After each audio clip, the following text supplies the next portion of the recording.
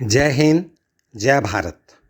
आज मैं आपको ऋषि पंचमी के बारे में बताना चाहता हूँ, लेकिन उससे पहले मैं एक भगवान की माया के बारे में भी आपको बताना चाहूँगा। जिस तरह हमें हवा दिखाई नहीं देती, लेकिन जब वह जोर से चलती है तो बड़े से बड़े पेड़ को जड़ से उखाड़ देती है ना। ठीक उसी तरह सतगुरु परमात्मा की रहमत भी हमें दिखाई नहीं देती, लेकिन यदि हमें उन पर पूरा भरोसा है तो हमारा बड़े से बड़े काम भी पल भर में हो जाता है।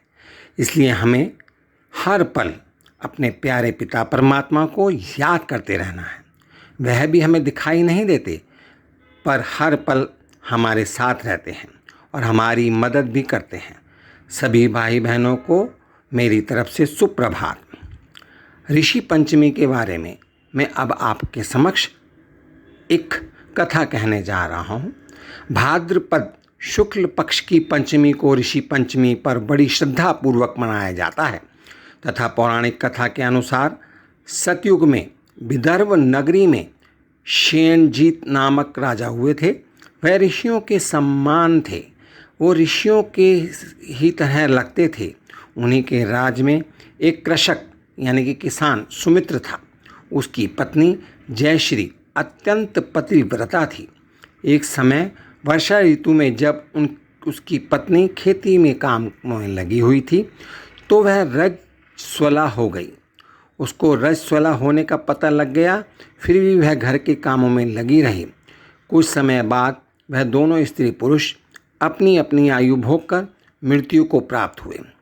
जयश्री तो कुतिया बनी और सुमित्र को रजस्वला स्त्री के संपर्क में आने के कारण बैल की योनि मिली। क्योंकि ऋतु दोष के अतिरिक्त इन दोनों का कोई अपराध नहीं था, इसी कारण इन दोनों को अपने पूर्व जन्म का समस्त विवरण याद रहा। वे दोनों कुतिया और बैल के रूप में उसी नगर में अपने बेटे सुचित्र के यहाँ रहने लगे। धर्मात्मा सुचित्र अपने अतिथियों का पूर्ण सत्कार करता था। अपने पिता के श्राद्ध के दिन उसने अपने घर ब्राह्मणों को भोजन के लिए नाना प्रकार के भोजन बनवाए। जब उसकी स्त्री किसी काम के लिए रसोई से बाहर गई हुई थी तो एक सर्प ने रसोई की खीर के बर्तन में विष वमन कर दिया। कुतिया के रूप में सुचित्र की माँ कुछ दूर से सब देख रही थी। पुत्र की बहू के आने पर उसने पुत्र को ब्रह्म हत्या के पाप से बचाने के लिए उस बर्तन में मुंह डाल दिया। सुचित्र की पत्नी चंद्रवती से कुतिया का यह कृत्य न देखा गया। उसने चूल्हे में से जलती हुई लकड़ी निकालकर कुतिया को मारी। बेचारी कुतिया मार खाकर इधर उधर भागने लगी।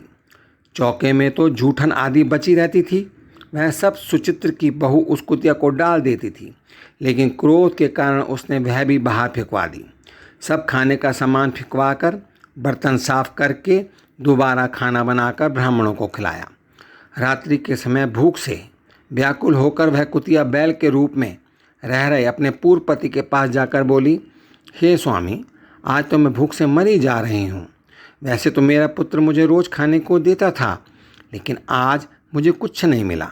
सांप के विष वाले खीर के बर्तन को अनेक ब्रह्म हत्या के भय से छूकर उनके ना खाने योग्य कर दिया था। इसी कारण उसकी बहू ने मुझे मारा और खाने को कुछ भी नहीं दिया।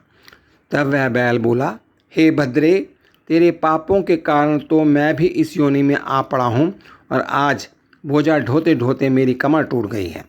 आज मैं भी खेत में दिन भर हल में जुता रहा। मेरे पुत्र ने आज मुझे भी भोजन नहीं दिया और मुझे भी मारा भी बहुत। मुझे इस प्रकार कष्ट देकर उसने इस श्राद्ध को निष्फल कर दिया।